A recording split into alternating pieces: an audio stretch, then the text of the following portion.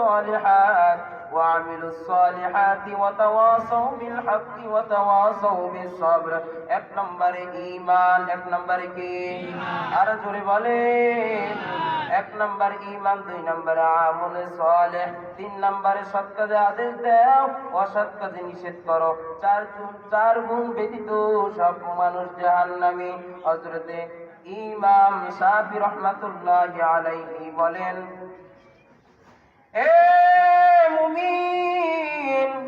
আল্লাহ তাআলা কোরআন শরীফের যত সূরা আয়াত আছে এই আয়াতগুলো যদি নাজিল না করে যদি একটি সূরা নাজিল করতেন সূরা আসর এই আসরটা যদি আমল করতি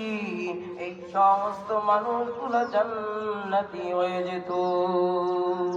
ইন্নাল্লাযীনা আমানু ওয়া আমিলুস সালিহাত কানাত লাহুম জান্নাতুল ফিরদাউসি নুজুলা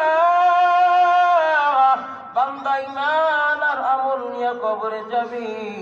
তোর জন্য জান্নাতুল ফিরদাউস তৈয়ার করে রেখেছেন কে আর জোরে বলেন আরে আমরা এমন একটা তরিকা ধরেছি এই তরিকা একটা রাস্তা এই রাস্তা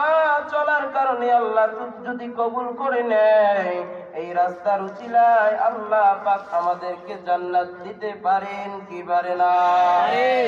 এর নবীর উম্মতের